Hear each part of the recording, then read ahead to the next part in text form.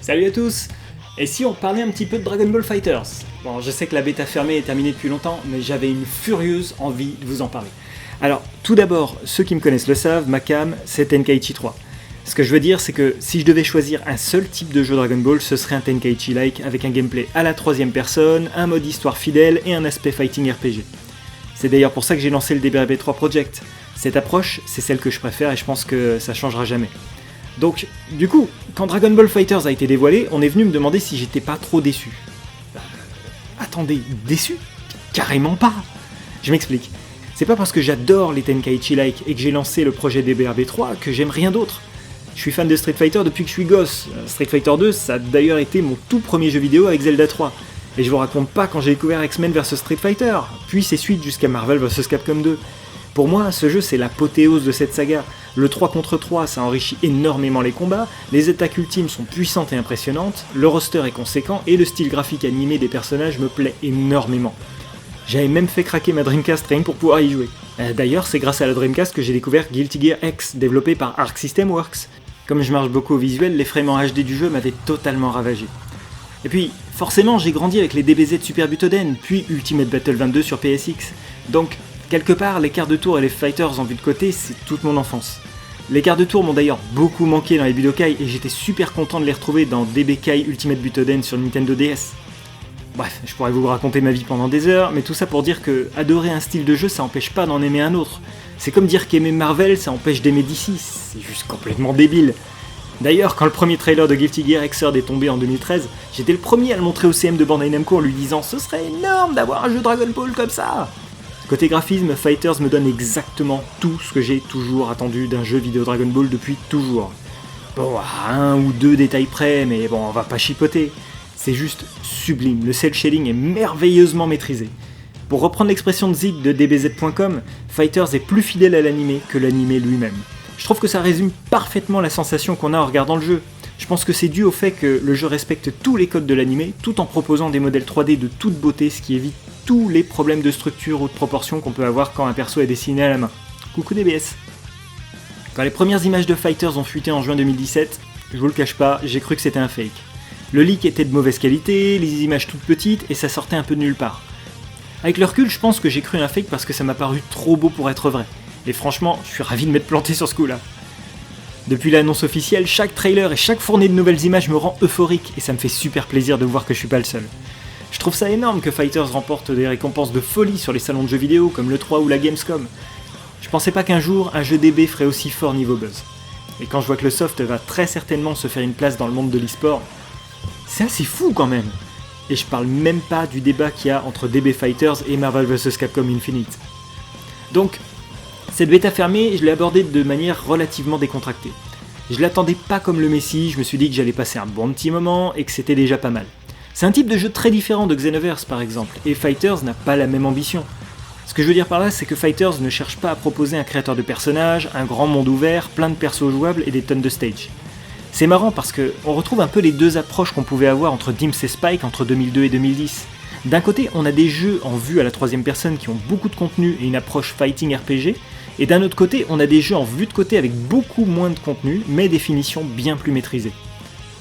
Et c'est amusant parce que, autant je peux être très exigeant sur la quantité de contenu sur un jeu comme Tenkaichi ou Xenoverse, autant j'arrive à être très tolérant sur le faible contenu de Fighters.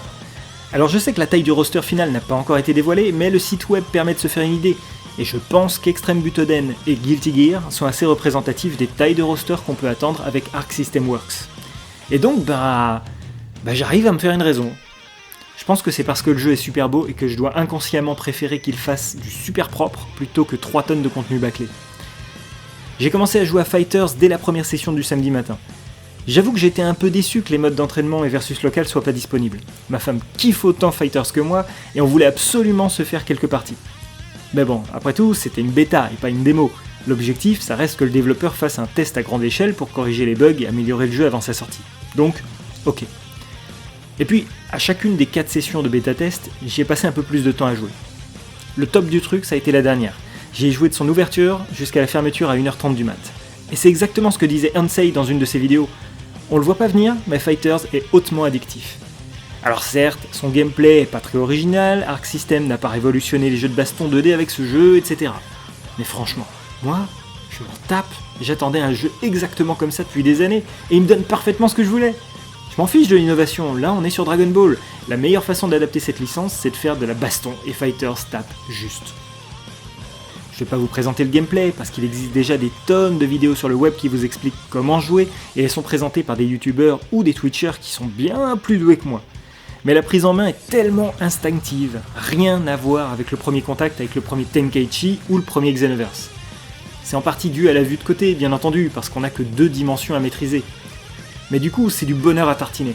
On n'a pas à se concentrer pour évaluer les distances, on n'a pas de problème de caméra quand on se rapproche d'un mur ou que l'adversaire se place juste en dessous ou juste au-dessus de nous. Et j'avais presque oublié à quel point ça fait du bien. Après, il y a quand même quelques petites choses qui ont retenu mon attention. Je dis pas que ça m'a vraiment embêté, mais je pense que ça peut gêner les gens. Je m'explique. À plusieurs moments, j'ai constaté que mon perso envoyait une attaque spéciale alors que j'avais pas fait la manip. Je pense que le jeu a un système un peu à la Budokai 3 où il y a au moins 2 manières de lancer l'attaque. Soit en appuyant sur les bonnes touches, soit en entrant un certain combo bien spécifique qui se termine automatiquement par l'attaque spéciale. Dans Budokai 3, on pouvait par exemple lancer un Kamehameha avec avant plus rond, ou bien faire 4 fois carré puis rond. Je vous laisse éventuellement vérifier ça auprès des hardcore gamers qui ont décortiqué le jeu bien mieux que moi. Bref, c'est un détail, mais ça donne une impression de simplification extrême du jeu. Bon, c'est pas au point de Marvel vs Capcom Infinite qui te balance automatiquement des air combos alors que t'as rien demandé. Mais quand même, c'est un peu dommage de se dire que le jeu a été facilité sur ce point. Bon, vous l'aurez compris, j'ai vraiment très peu de choses négatives à dire sur le jeu.